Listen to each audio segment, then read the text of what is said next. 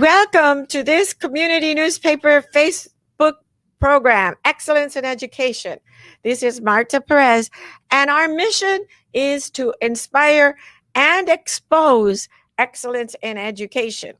Please follow us on Facebook and send any questions or comments via our chat room.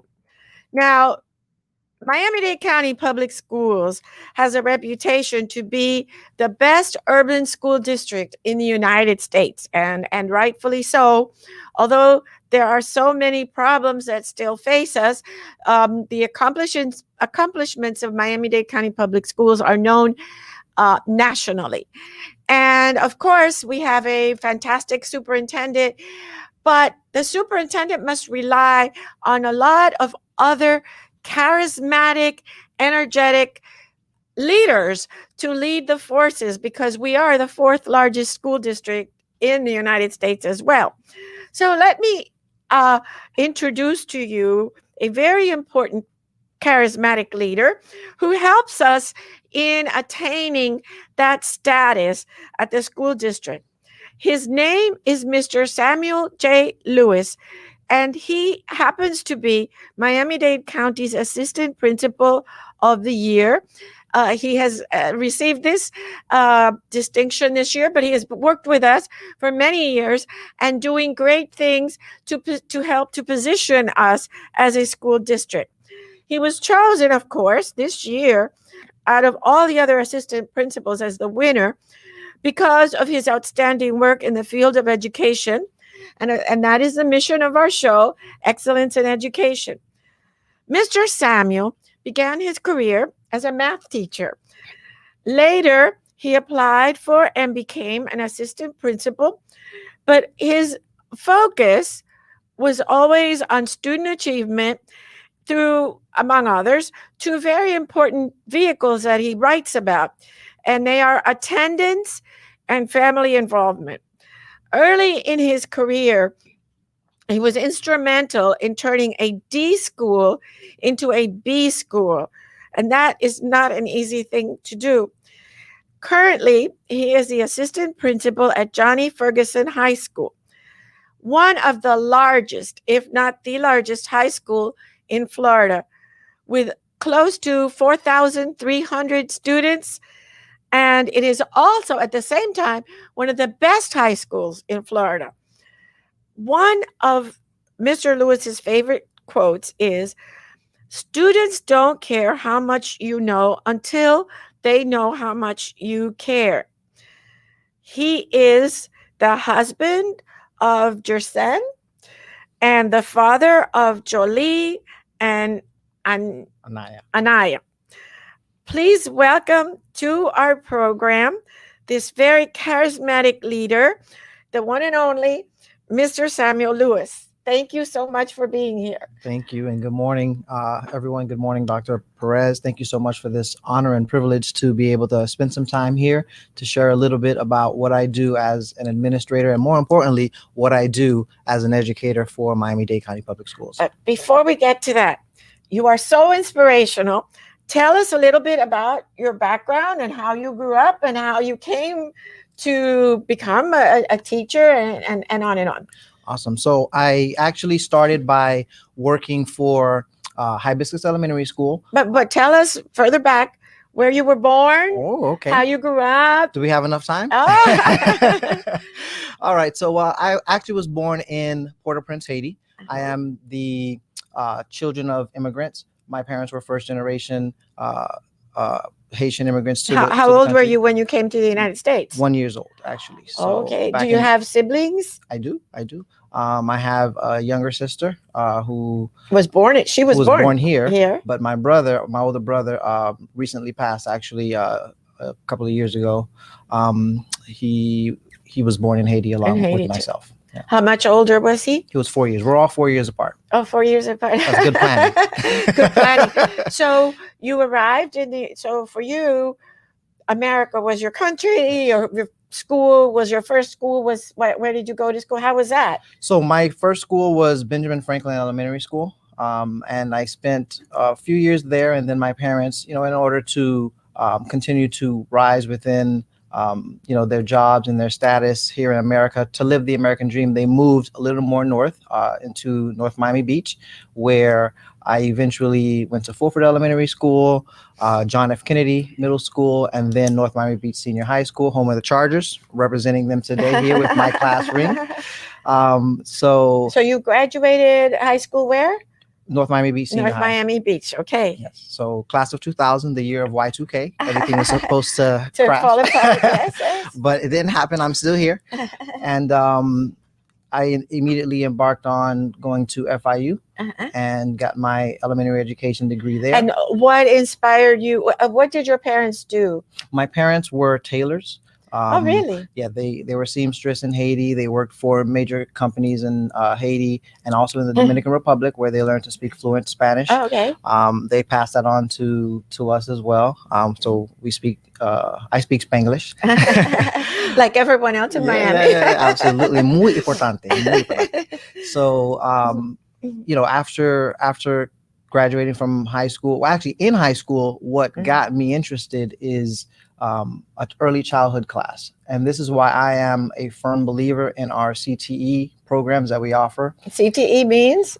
Career and technical education. Very good. I apologize. No, because the listeners may not know. Yes. This is the lingo of the education world. Yes, absolutely. Sir. Absolutely. Yes. So basically, the career technical education courses prepare students for the career, the workplace. And initially, I wanted to be a lawyer, but quickly I learned what that entailed, and I realized that was not for me, and I can make much more of an impact through early childhood education. After taking some early childhood classes, I fell in love with it completely. I mean, the young children were so impressionable, and I learned that I had a knack for teaching. And I got what is your favorite grade to teach? Well, I've only taught at the elementary level. And I would say in those grades, which is your favorite? Fifth grade. Fifth grade. Yes. Me too. Fifth or sixth. Yeah, fifth grade was my absolute favorite. The kids are older. They're the seniors of the elementary schools. Yes. A little bit more relatable. You can speak to them like little adults, or at least they think they're little adults. Yes. And they respect. They thrive off of whatever you say. So I really enjoy teaching fifth grade. Wonderful. So did I. There you go. And when you say career education, the school district is now working on our strategic plan and for the next 5 years. And one of the things that I think that the board is concentrating on, which I think is very important, is having our students graduate with a plan. So many kids, so many of even if later you change your plan, they graduate. What are you going to do? I don't know. They're used to us for 12 years. Take this class, take this, take this. Okay, now you have the whole world to choose from. And so many have not thought about that and have not started to get a plan. And I think that it's a little bit daunting for children not to have something in the path. I don't know what you think. Now your life has changed dramatically from an elementary teacher to becoming an assistant principal at such a large school. I mean, I think you've probably seen everything, right? Yes. So as an assistant principal, seeing so many young adults, you can say they're not adults, but they think they are. What is the biggest challenge in your job? As you mentioned, one of the things that I find to be extremely difficult is to make sure that students have a plan of action. Even yesterday, as recent as yesterday, I had the opportunity and privilege to lead 3 of my students to our CAP counselor to assist them in applying to Miami-Dade College, because they didn't have any plans. They weren't certain. So just being able to, let those kids know that, hey, I've been there. You can do it. I was not. What grade are these? Seniors. Seniors. And they should really have a plan starting in 10th grade, I think. And for one reason or the other, They don't. they don't necessarily, they're not sure, they're on the fence, they have other aspirations, but our job, our goal is to seek them out and bring them the resources, and we have them. And that's the beautiful thing about Ferguson, is that we have a plethora of resources, including our CAP counselor, who is phenomenal, who works with the students, helps them fill out applications, looks for available scholarships to see if we can get these students to get into a technical program or into a college or university. Why do you think, what are your characteristics that make you so successful in your job, Mr. Lewis? Well, people tell me that one of the things is that I keep it real. I like to call it keeping it 100, right? So what you see is what you get. I'm a real person. I pride myself on being relatable. And I think people need to be able to see that. I want people to see that I am a real person, someone who is patient and passionate, someone who is enthusiastic and energetic to get things done, relatable, someone who does not stop working for people, who's optimistic, and most importantly, do things that are noteworthy, not for myself or to give myself glory, but and ultimately for the school. So that spotlight can be on my school, so that people know that what we offer is world class, because we work for a world class school district. Okay, now you write, and I think you write about your philosophy is, involvement, family involvement. That's not easy. No. That's especially it's not that difficult in elementary, but there comes a point where it's not just about the parents. Some of the students, they don't you go to my, teenagers, don't you go to my school, mom? Don't you go to my school? Mm-hmm. It's difficult. So first of all, why do you think that is one of our pillars? Absolute, and I agree 100%. Why is family involvement so key, and how do we increase that? It's a great question. I heard a Chinese proverb recently, and it really struck home for me. It says that every generation enjoys the shade from the tree that was planted from the previous generation. But each generation has the responsibility to also plant. Don't just bask in the shade. It's your job to also plant. Mm-hmm. So looking at the family as a unit, I believe firmly in family, and we can't do this work without family. We meet with families on a regular basis, and we try to make sure that they are as connected as they possibly can be, because we know at the high school level in particular, the students are less apt to have parents be involved, and the parents try to give them that space, but they still want to be engaged in the educational process. So we try to bridge that gap by giving them the tools, helping them to set up their parent portal accounts, helping them to set up those notifications, so you don't have to, log in. It'll come to you. But again, just constant communication, to the point where it might seem as we're over communicating, but we want to make sure that our stakeholders are aware of what's going on in the building. We want you to be a part of your child's education. This is not the time to drop your guard. This is the time to be on guard for your child. What do we do with those unfortunate children whose parents are disengaged, who have terrible parents? Let's say there are such things as awful parents who set bad examples. Is there a way to help them? These are the toughest of all students to help, in my opinion. How do we do that? So we typically partner those students with staff members who hold them accountable. They check in and check out with those staff members. We build relationships with those students, and oftentimes we actually go to their houses and we visit them. We get in our cars, we leave the royal palace, and we put the boots on the ground, and all 10 toes are going to their homes, and we have those candid conversations with those disengaged parents and or students. Does it help? It does. It does. It does. As a matter of fact, I have a student in the building right now ready to rock and roll for graduation, because we took the time to go to that home and invest and let that parent see that we're trying to plant that seed. What was it? What were the circumstances in that case? Possible not wanting to graduate, not fulfilling the requirements. So the fact that the student was not Right.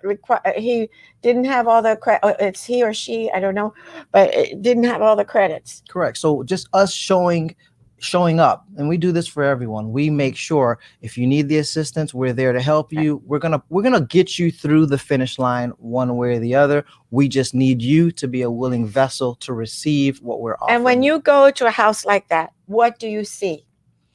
You see a myriad of different things. Sometimes it's heartbreaking.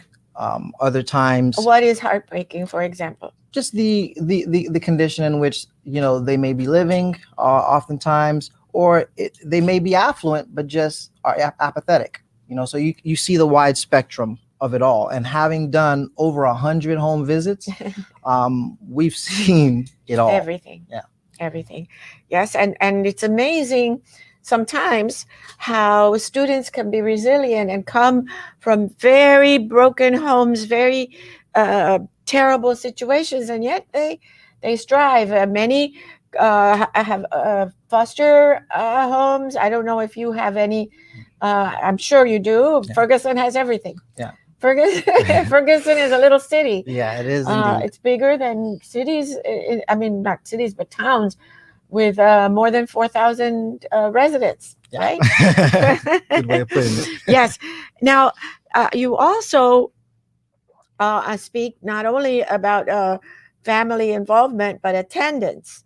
And a lot of us don't, talk about attendance that often and how it impacts student achievement. Tell us about your philosophy about the importance of attendance and what to do and what you've seen through your eyes.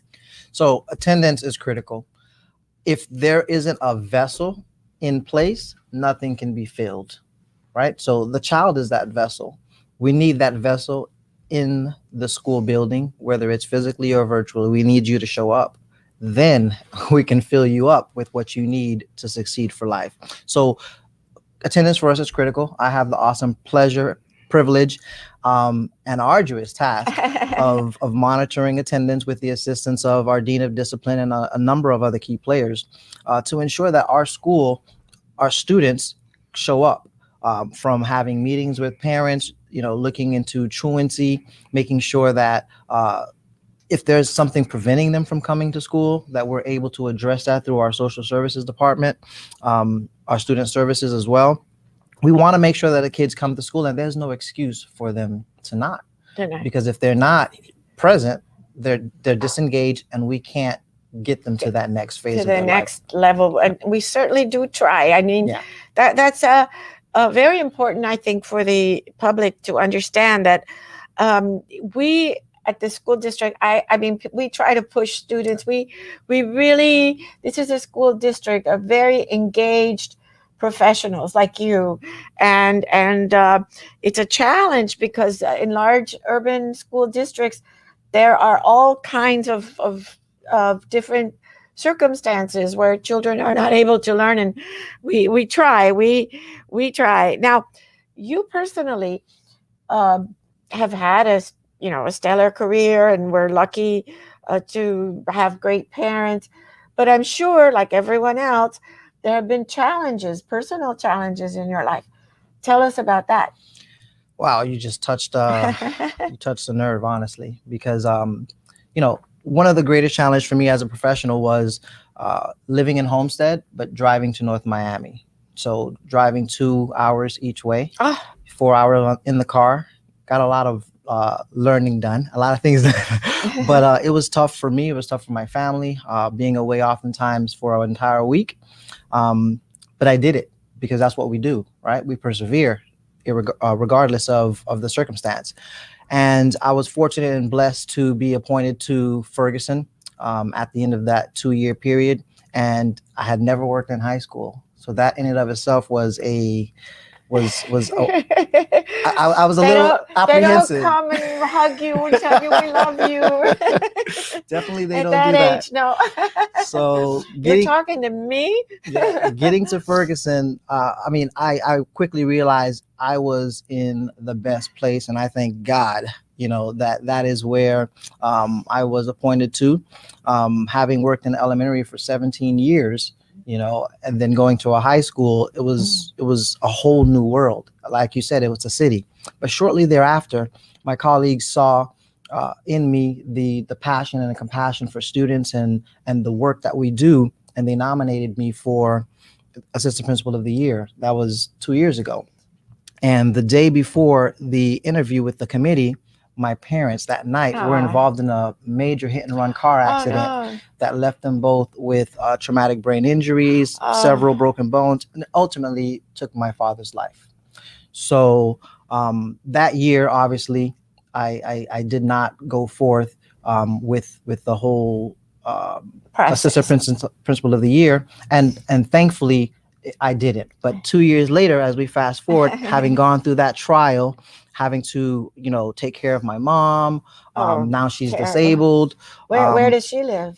She lives in North Miami Beach, but periodically. Yeah, that's tough for you too. Yes, so that's the sandwich generation, as they call it, because you have your little girls and your wife, and then you also have your parents, and you're in the center of it, and taking care of your mom. Yeah, so it was tough. That was probably the single greatest challenge of my life, but thankfully to the great staff and administration at Ferguson, I was able to not skip a beat, but still being able to handle business at work and still being able to take care of the health of my mom and my dad while my dad was still alive. So you walk in, you're used to an elementary school environment, which, as you say, fifth, sixth, they're still loving and they still admire teachers and love their teachers and all that.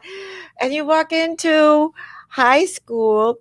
What was your biggest surprise, or what did you not expect that to see when you walked into? And not only that, but you walk into such a big high school with so many different characters. One of the things I noticed, I didn't know what to expect other than the school was massive. But what I did learn quickly is these teenagers are just like my elementary students. They want to be heard. They want love. They want to be respected. Those are basic human tenets, basic human rights, And when I saw that, I'm like, they're just like the little ones. And quickly, I'm like, I'm just going to be me, I'm just going to be me. And immediately, won their affection, I believe, and became just relatable to them. I think they saw me as a young guy, and I would joke around with them and do silly things, and they saw me more than just a disciplinary figure, an authoritative guy. They saw me as someone they can actually talk to. So over these past 3 years, as I've been at Ferguson, the students have, I've seen more and more of building stronger relationships where they come to me, they email me, even during this pandemic, thanking me for helping them with this or with that. And, that warms my heart and lets me know that I am doing the right thing. With me, it's very interesting because often I speak to students. When I, in a classroom or something, if I speak to small students, they come in and they sit in the front of the room and they try to answer all the questions, etc. Then when they're older students, you're expecting them to kind of do the same. They walk in, they sit in the back. And if you ask a question, it's like you're twisting their arm to get an answer. It's a totally different life. It's a totally different mindset. Yeah. When how old are your daughters? My daughters, one will actually be 13 next week. So I'm going to have a teenager of my own. Oh, my goodness. And the other is 10. Oh, well. But I tell you, Pray for me. Yes, they do change. They do. I know. So you mentioned that Ferguson has a dean of discipline. Mm-hmm. And what does that mean? And what are some of the biggest disciplinary problems that you have seen as an assistant principal in a high school?